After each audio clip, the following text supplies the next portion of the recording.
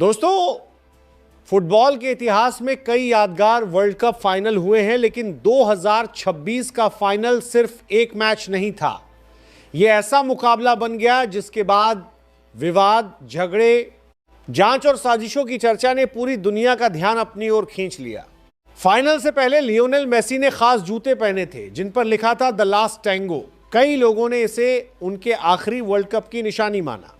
एक 120 मिनट की कड़ी टक्कर के बाद स्पेन ने अर्जेंटीना को 1-0 से हराकर विश्व कप जीत लिया। मेसी मैदान पर बैठ गए, उनकी आंखों में आंसू थे, लेकिन असली कहानी तो मैच खत्म होने के बाद शुरू हुई। मैच का इकलौता गोल एक्स्ट्रा टाइम में फेरान टोरेस ने किया। इससे पहले अर्जेंटीना के खिलाड़ी एंजो फर्नांडिस को रेड कार्ड मिल चुका था, जिसके कारण टीम पूरे एक्स्ट्रा टाइम में 10 खिलाड़ियों के साथ खेली। गोलकीपर एमिलियानो मार्टिनेज ने शानदार बचाव किए, लेकिन आखिरकार स्पेन जीत गया। फाइनल की सीटी बजते ही स्पेन के खिलाड़ी जश्न मनाने लगे, लेकिन तभी माहौल अचानक बदल गया। दोनों टीमों के खिलाड़ियों के बीच तीखी बहस शुरू हुई, जो देखते ही देखते हाथापाई में बदल गई। रिपोर्ट्स के मुताबिक अर्जेंटीना के लिएंड्रो परेडेस ने स्पेन के खिलाड़ी एरिक गार्सिया का गला पकड़ लिया। कई खिलाड़ी जमीन पर गिर पड़े और दोनों टीमों का स्टाफ भी मैदान में उतर आया।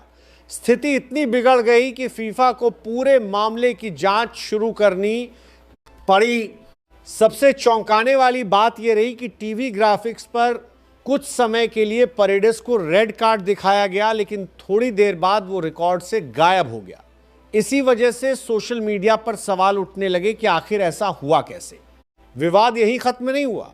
अर्जेंटीना के सहायक कोच रोबर्टो अयाला पर आरोप लगा कि उन्होंने झड़प के दौरान स्पेन के खिलाड़ी दानी ओल्मो को थप्पड़ मारा। बाद में अयाला ने कहा कि उनका इरादा लड़ाई रोकने का था, लेकिन माहौल में उनसे गलती हो गई। उन्होंने सार्वजनिक रूप से माफी मांगने की बात भी कही। ट्रॉफी सेरेमनी में भी अर्जेंटीना की टीम विवादों में रही। आरोप लगे कि स्पेन के खिलाड़ियों को ट्रॉफी दिए जाने के दौरान कई अर्जेंटीनी खिलाड़ियों ने उनकी ओर पीठ कर ली। इस घटना को खेल भावना के खिलाफ बताया गया और फीफा ने इस पर भी अनुशासनात्मक कार्रवाई की प्रक्रिया शुरू कर दी। इसके बाद सोशल मीडिया पर कई तरह की साजिश वाली बातें फैलने लगी। कुछ लोगों ने दावा किया कि मैच से पहले अर्जेंटीना फुटबॉल एसोसिएशन के अध्यक्ष क्लाउडियो तापिया के खिलाफ जांच चल रही थी। यहां तक कि अफवाह भी फैली कि अमेरिकी एजेंसियां उन्हें गिरफ्तार करने की तैयारी में थी। हालांकि इन दावों की कभी आधिकारिक पुष्टि नहीं हुई। एक और बड़ी साजिश यह बताई गई कि फीफा ने किसी तरह यूरोपीय टीम को चैंपियन बनाने की योजना बनाई थी, लेकिन इन आरोपों का भी कोई ठोस सबूत सामने नहीं आया और फीफा ने इन्हें स्वीकार नहीं किया। फीफा पहले से ही अर्जेंटीना के खिलाड़ियों की एक राजनीतिक बैनर वाली घटना की जांच कर रहा था। अब फाइनल के बाद हुए झगड़े ने मामला और गंभीर बना दिया। यानी एक ही टूर्नामेंट में अर्जेंटीना पर कई अलग अलग जांच शुरू हो गई। रिपोर्ट्स के अनुसार लीव अर्जेंटीना नाम की इस ऑनलाइन याचिका पर 2,33,16,108 लोगों ने हस्ताक्षर किए। इस याचिका में मांग की गई थी कि अर्जेंटीना की राष्ट्रीय टीम को आजीवन वर्ल्ड कप में खेलने से प्रतिबंधित कर दिया जाए। बताया गया कि 2026 फीफा वर्ल्ड कप के दौरान अर्जेंटीना के खिलाड़ियों के कथित गंदे खेल और 19 जुलाई को न्यूयॉर्क न्यू जर्सी स्टेडियम में स्पेन के खिलाफ खेले गए। फाइनल के बाद हुई विवादित झड़पों ने दुनिया भर के फुटबॉल के बाद 20 प्रशंसकों को निराश और नाराज कर दिया। इन्हीं घटनाओं के बाद सोशल मीडिया पर अर्जेंटीना के खिलाफ सख्त कार्रवाई की मांग तेज हो गई। हालांकि इनकी कोई आधिकारिक पुष्टि नहीं हो पाई है।